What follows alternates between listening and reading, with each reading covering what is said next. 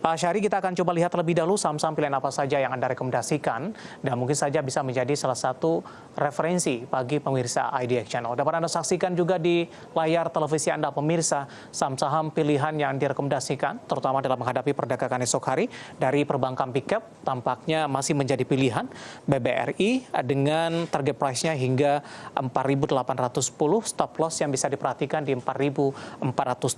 Sementara range pembelian untuk BBRI ada di 4.550 hingga 4.600. Kemudian dari telekomunikasi XL juga direkomendasikan buy dengan target price-nya di 2.550, stop loss yang bisa diperhatikan di 2.300. Dan tadi di sesi pertama, XL salah satu saham yang mengalami penguatan atau bergerak di zona hijau di tengah pelemahan indeks harga saham gabungan. Kemudian ada Mika juga direkomendasikan buy dengan stop loss yang bisa diperhatikan di 2.900, kemudian target price-nya ada di 3.190 hingga 3.200. Ya, 3 saham pilihan yang direkomendasikan dan lagi-lagi keputusan investasi tetap ada di tangan para investor dan trader pasar modal Indonesia. Baik, kami lanjutkan perbincangan bersama dengan Bapak Muhammad Syahri Sanas selaku Relationship Manager Ajaib Sekuritas Asia. Pak Syahri, kita lanjutkan kembali. Menarik ini untuk perbankan big cap yang Anda rekomendasikan adalah BBRI ini. Dalam sepanjang perdagangan hari ini, ketika dari perbankan big cap lainnya mengalami koreksi cukup dalam, BBRI tampaknya hari ini ditutup di zona hijau. Analisis dan pertimbangan, terutama dari sisi teknikal, lebih merekomendasikan BBRI jika dibandingkan dengan perbankan big cap lainnya.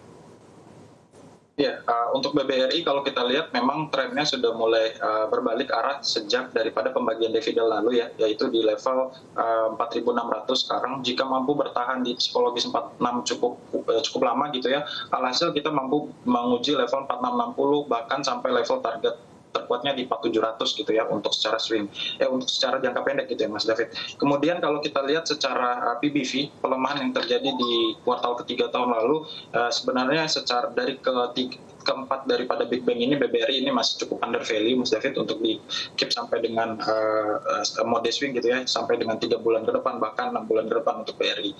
Nah kalau kita lihat juga yang menarik dari BBRI dan Big Bang lain gitu ya, dividennya juga yang cukup besar. Nah ini juga bisa menjadi sweetener ke depannya untuk BBRI dan Big Bang lain ini menguji target-target selanjutnya gitu ya Mas David.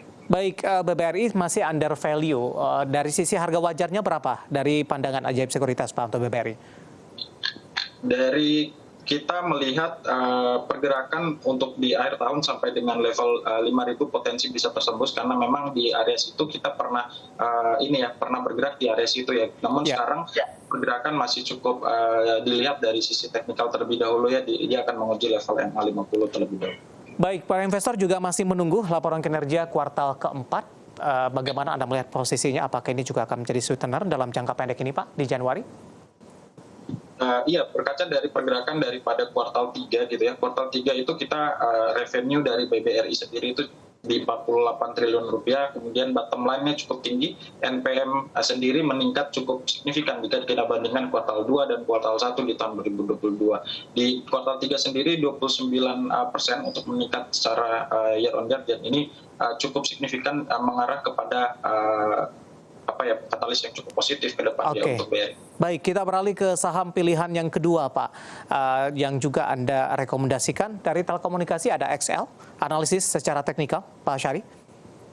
Iya, secara katalis untuk Excel sendiri setelah mendapatkan arus permodalan yang cukup kuat dari red isunya kemarin sebesar 5 triliun, harusnya ini menjadi katalis positif di mana struktur permodalan sudah cukup sehat gitu ya. Secara teknikal ada pembalikan arah dari pergerakan yang cukup penurunan yang cukup dalam dari 16 Desember. Sekarang itu menguji level golden ratio Fibonacci 0,618. Jika mampu bergerak di atas 2.300 dan bertahan di atas level 2.300, target terkuat di level 2550 nampaknya untuk target price daripada Excel sendiri untuk jangka menengah. Baik, kita bergeser ke saham pilihan yang ketiga ini. Tampaknya emiten rumah sakit masuk ke dalam pilihan Anda karena dalam beberapa waktu terakhir Mika juga lebih cenderung mengalami tekanan Pak. Iya, secara pergerakan memang secara katalis gitu ya, maksud saya untuk pergerakan daripada saham-saham sektor healthcare itu masih cukup baik ya gitu, karena terukur dari pergerakan di Desember sendiri, dan optimisme ini tuh tercermin dari alokasi anggaran pendapatan negara, anggaran APBN kita yang di sektor kesehatan itu di tahun 2003 itu mencapai 178 triliun. Ini juga menjadi katalis yang cukup positif dari beberapa saham-saham rumah sakit kemudian yang mengadakan alkes gitu ya, dan salah satunya adalah Mika sendiri. Untuk Mika sendiri secara teknikal itu pergerakan masih uptrend, strong uptrend dalam jangka medium maupun jangka panjang gitu ya. Untuk pergerakan dari Mika sendiri, target price nampaknya jika mampu bertahan dari psikologis 3.000 gitu ya, 3.000 sekarang itu target terkuat itu 3180 terlebih dahulu untuk Mika sendiri. Baik, ada Mika ditutup di level 3040, hari ini menguat signifikan di menit-menit penutupan perdagangan di sesi kedua. Ada 3 saham pilihan dari perbankan Big Cap BBRI, telekomunikasi ada XL, dan emiten healthcare ada Mika. Dan lagi-lagi keputusan investasi tetap pada tangan para investor dan trader pasar modal Indonesia.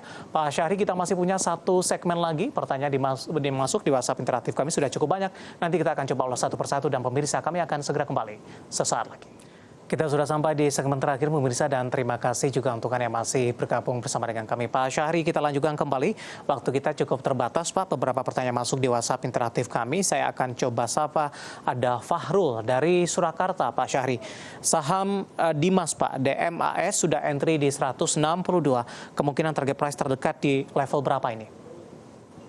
Untuk Dimas sendiri secara teknikal dia cukup mampu bertahan di atas moving average 20. Ini potensi untuk di hold jika posisi di 168, 162 masih bisa ada berpotensi teruji gitu ya. Soalnya itu adalah level high di tanggal 25 November lalu gitu ya. Sejalan juga dengan upside dari volume 2-3 hari ke belakang ini gitu ya. Untuk Dimas kita masih hold. Baik, perdagangan hari ini di 161 ditutup flat ini. Jawaban untuk Fahrul yang ada di Surakarta. Selanjutnya tidak menyebutkan nama dan lokasi. Ini kebetulan menanyakan saham Telkom ini. Bagaimana peluang Telkom untuk balik lagi ke level 4.000-an Pak Syahri? Ya, hari ini dibuka gap up ya untuk Telkom sendiri, ada potensi taking profit di beberapa hari terakhir setelah kenaikan yang sudah cukup tinggi jika kita berbalik dari periode Desember lalu gitu ya. Untuk sekarang Telkom itu dia akan menguji level support di 3900 sampai dengan level 3870 terlebih dahulu, karena di situ ada posisi gap down yang cukup lebar yang harus tertutup gitu ya di 3840. Nah, kita bisa averaging di area situ jika sudah punya, dan jika mampu berbalik dari area situ, level target price yang paling cukup kuat untuk Telkom sendiri di 4120 untuk Telkom. Baik, selanjutnya ada Antam Pak Syahri. Ini lagi-lagi tidak menyebutkan nama dan lokasi. Bagaimana prospeknya sampai dengan akhir pekan ini? Sudah ambil posisi di 2100. Pelemahan hari ini masih dalam batas yang wajar tidak? Level support berapa yang bisa saya perhatikan supaya profit saya tetap terjaga?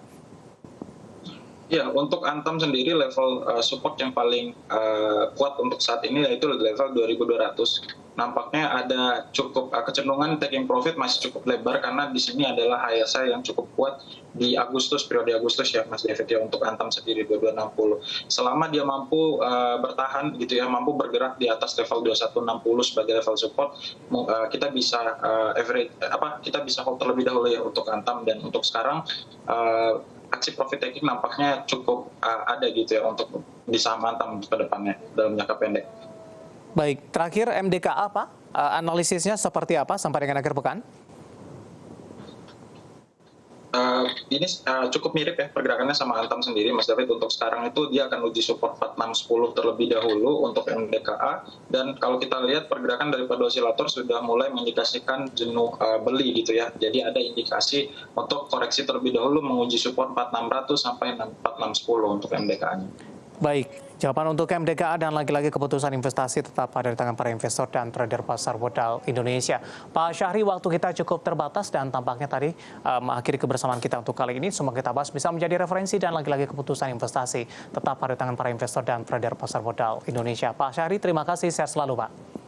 Terima kasih, Mas Syahri. Baik, karena Bapak Muhammad Syahri Sana selaku Relationship Manager Ajaib Sekuritas Asia. Akhirnya saya David San Oval dan seluruh kerabat kerja yang bertugas mengucapkan terima kasih. Sampai berjumpa kembali.